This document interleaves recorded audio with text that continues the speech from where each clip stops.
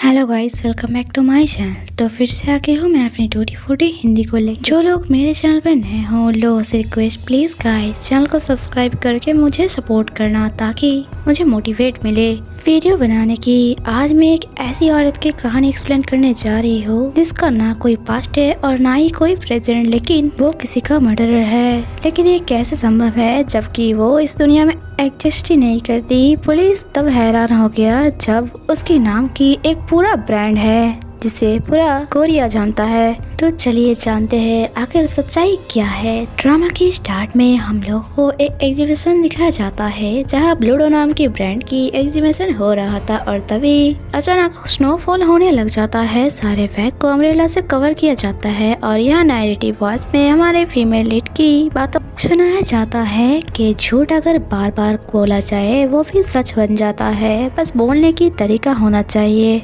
Next scene में हम लोग एक लड़की को देखते हैं जो फुटपाथ में रहती थी और वो लाइटर जला रही थी। तभी उसके हाथ से लाइटर रेन में गिर जाती है और जो लेने के लिए जब वो नीचे देखती है वहाँ एक बॉडी देख के वो चिल्ला के उठती है। नेक्स्ट सीन में हम लोग देखते हैं वहाँ पुलिस आई थी और यहाँ हम लोगों को इस ड्रामा की मेन लीड को दिखाया जाता है जिसका नाम ग्यून है और उसे बताया गया हमें बॉडी के साइड में कुछ प्रूफ नहीं मिला, बस एक बैग मिला है। और जब उस बैग को लैब में ले आया जाता है तो बताया जाता है कि इस बैग के ऊपर और एक पर्सन की फिंगरप्रिंट है और उस बंदी का भी, लेकिन हमारे सिस्टम में इसकी फिंगरप्रिंट नहीं है, ना ही उसे पहचाना जा रहा है। उसके फेस के ऊपर कुछ भारी चीज लेके बहुत बार मारा गया है, इसलिए उसकी फेस की हुलिया ही बदल गया। लेकिन इस बैग के ऊपर एक कोड मिला जो बस एक्सपेंसिव बैग में ही होती है। इसके बाद डिटेक्टिव किम नॉक नाम की एक ब्रांड की कंपनी में आती है और इस कंपनी की सीईओ है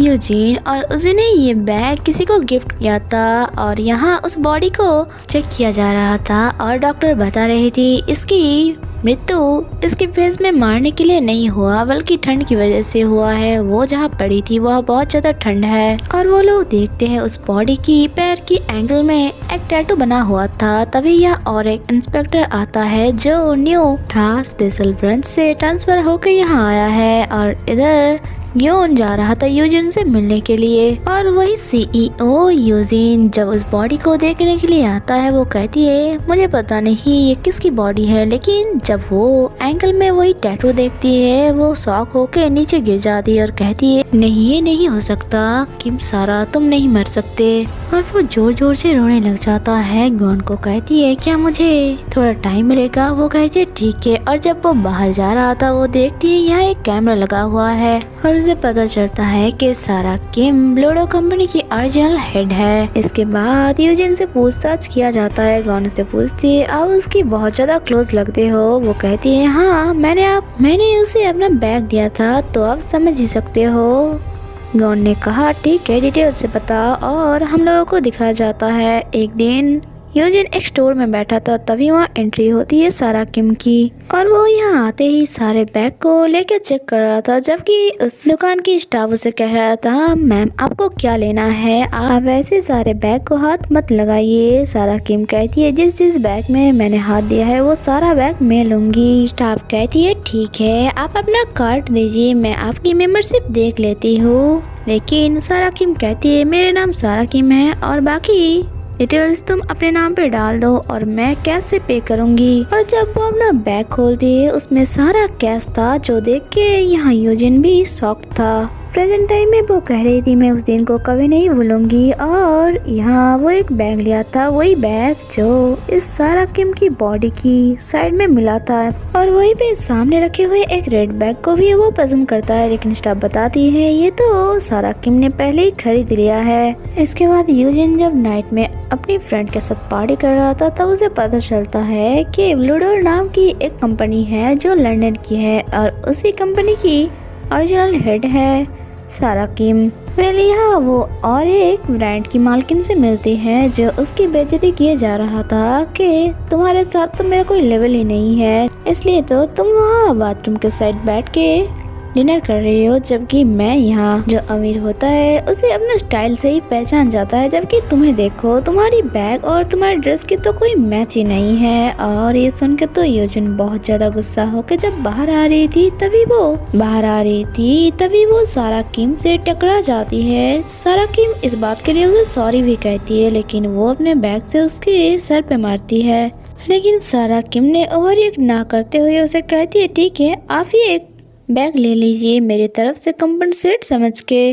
और ये वही बैग था जो यूजिन ने उस दिन स्टोर पे पसंद किया था।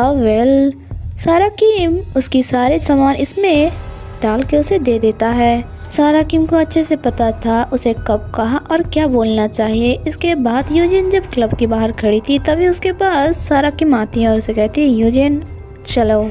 इसके बाद हम दोनों को सी साइड में देखते हैं जहाँ दोनों हंसी मजाक कर रहे थे। सारा किम कह रहा था, तुम्हारे सरनेम बहुत ज्यादा यूनिक है। यूजिन ने कहा, तुम भी। सारा किम हंस के कहती है, उस दिन स्टोर में मैं जब गई थी उस दिन तो मेकअप भी नहीं किया था, उस दिन के बारे में भूल जाओ। यूजिन कहती है, वो मैं कैसे भूल सकती हूँ, शायद पूरी जिंदगी चली जाएगी लेकिन वो चीज मैं कभी नहीं भूलूंगी। इसके बाद सारा किम के साथ उसकी बहुत अच्छा फ्रेंडशिप हो जाती है। सारा किम उसे सिखाती है उसे कैसे ड्रेसअप करना चाहिए और कहा क्या बोलना चाहिए। इसके बाद यूजिन एक मैगजीन में एक आर्ट पीस देख के कह रही थी, ये आर्ट पीस मुझे भी चाहिए, लेकिन वो आर्टिस्ट मेरे ईमेल की रिप्लाई नहीं करती। सारा किम कहती, ये काम मैं करके दिखाऊंगी, ऐसा कोई काम नहीं है जो नामुमकिन हो। जब समर में स्नोफॉल हो सकती है तो ये क्या चीज है। और हम लोगों को पता चलता है सारा किम ने अपने कार से उस आर्टिस्ट की एक कार को ठोक दिया और अब वही आर्टिस्ट उसे बार बार कॉल किए जा रहा था। यूजिन कहती है, तुम कॉल उठाती क्यों नहीं हो। सारा किम ने कहा, उसे थोड़ा रेस्पेक्ट होने दो। यूजिन ने पूछा, तुम ये काम कैसे किया। वो कहती है, वो तो सीक्रेट है। यूजिन उसे पूछती है, तुम अपने साथ ये बैग क्यों कैरी कर रही हो। सारा ने कहा, एक्चुअली जहाँ मैं रह रही हूँ वो जगह मुझे पसंद नहीं है, क्योंकि मुझे लगता है उस होटल की ओनर मेरे घर से चोरी करता है। यूजिन ने कहा, ठीक है, तो तुम मेरी अपार्टमेंट में आके रह सकती हो, क्योंकि वो बिल्कुल खाली है। सारा ने कहा, ठीक है। इसके बाद दोनों एक साथ रहने लगा। और यहाँ जब यूजिन उसकी एज पूछा और उसे कहती है, तुम्हें उम्र से छोटी लगती है। सारा कहती है, पैसा हो तो जवानी भी खरीदा जा सकती है। कुछ देर बाद स्नोफॉल होने लग जाता है। यूजिन देखती है और सोचती है समर में स्नोफॉल, और वो देखती है ये स्नोफॉल सारा कर रही थी। इसके बाद कहानी प्रेजेंट में शिफ्ट होता है। गांगू से पूछती है, सब कुछ तो ठीक है, लेकिन आपकी बैग उसकी बॉडी की साइड में क्यों मिली। वो कहती है, शायद मुझे फंसाने के लिए। इसके बाद हम लोगों को फिर से फास्ट के सीन दिखाया जाता है, जहाँ वही आर्टिस्ट जिसकी कार को सारा ने टक्कर मारा था, वही आर्टिस्ट ब्लू डोर के लिए काम किया था और एक बैग बनाया था, और उस बैग को सारा ने यूजिन को गिफ्ट कर दिया था। यूजिन देख के कहती है, इसके साथ अगर मैचिंग कपड़ा हो तो कितना अच्छा होता। क्या तुम्हारी कंपनी ड्रेस नहीं बनाते। वो कहती है, नहीं, हमारे पास बैग बनाते हैं। मैं सोच रही हूँ और एक कंपनी खड़ी करने की जिसमें बस ब्लू डोर का ही सामान होगा। जो सुन के यूजिन कहती है, नॉक्स के साथ टाई अप कर लो ना। वो कहती है, नहीं, तो तुम्हारी और हमारी कंपनी की गोल्स अलग है और हमारी ब्रांड की क्वालिटी भी। इसके बाद यूजिन सारा के इंस्टाग्राम चेक कर रही थी, तभी वहाँ उसे एक वाइन की ग्लास देखती है जहाँ एक परछाई देखती है, और एक परछाई वही बूढ़ी औरत का था जिसका नाम चेयू था, और वो कोरिया की एक नामी दामी कंपनी की मालिक था। इसके बाद यूजिन सारे इन्वेस्टर और एम्प्लॉय के साथ मीटिंग फिक्स करती है, जहाँ वो कहती है, हम लोग ब्लू डोर के साथ टाई अप करना है। वो लोग कहती है, पहले इस कंपनी के बारे में थोड़ा जानकारी लेना चाहिए हम लोगों को। यूजिन कहती है, उसमें टाइम वेस्ट होगा, फटाफट अलायंस करो और हम लोगों को जल्द से जल्द डिसीजन लेना पड़ेगा। और वो प्रपोजल सारा को देती है। सारा कहती है, ठीक है, हम लोग टाई अप करते हैं। और ये सुन के तो यूजिन बहुत ज्यादा खुश हो जाता है और कहती है, ठीक है, तो बताओ मुझे कितना इन्वेस्ट करना है, 10 मिलियन या 20 मिलियन। वो कहती है 50 मिलियन। और इसके बाद कॉन्ट्रैक्ट पेपर में साइन किया जाता है। इसके बाद यूजिन जब उसके फ्रेंड को ये सब बारे में बताया, वो कहती है, इस ब्रांड के बारे में हम लोग सुना नहीं। वो कहती है, एक्चुअली ये लंदन का ब्रांड है तो इसलिए। इसके बाद एक महीने की कमाई में यूजिन को प्रॉफिट मिलता है 5.1 मिलियन का, जो देख के वो बहुत ज़्यादा खुश था। और इसके बाद वही बैग एग्जीबिशन का सीन दिखाया जाता है। यूजिन कहती है, लास्ट बार मैं उसी पार्टी में उसे देखा था। ग्योन पूछती है क्या आपके पास उसका कोई फोटो है। वो कहती है नहीं, क्योंकि सारा को फोटो क्लिक करवाना पसंद नहीं था। इसके बाद वो लोग फुटेज देखता है और यहाँ ग्योन कहती है कि आप लोगों को कुछ अजीब नहीं लग रहा है, सारा की इस दुनिया पे नहीं है। इस औरत ने उसकी दिया हुआ बैग पीछे रखा है, कुछ तो गोलमाल लग रहा है मुझे, शायद ये बैग फेक हो सकता है या इन दोनों की फ्रेंडशिप। लेकिन उसकी बातों का बाकी डिटेक्टिव ज्यादा सीरियस नहीं लेते। इसके बाद ग्योन मॉन्ग की फुटेज देख रहा था जहाँ यूजिन सारा की बॉडी को देख के रो तो रही थी, लेकिन लास्ट में वो उसकी मुंह पे थूक दिया। इसका मतलब ग्योन भी समझ नहीं पाया। गाइस, आप लोगों को क्या लगता है सारा की डेथ के कारण से सच में यूजिन सैड है या बस वो ढोंग कर रहा है, या हो सकता है सारा की डेथ के पीछे यूजिन का ही हाथ हो। कमेंट सेक्शन में जरूर बताइएगा। वेल, ग्योन यूजिन के बारे में गूगल पे सर्च करता है और उसे पता चलता है कि यूजिन के ऊपर एक केस है क्योंकि वो कंपनी में फाइनेंशियल में घपला किया था। इसके बाद ग्योन जाती है उस कंपनी की फाइनेंशियल हेड से मिलने के लिए।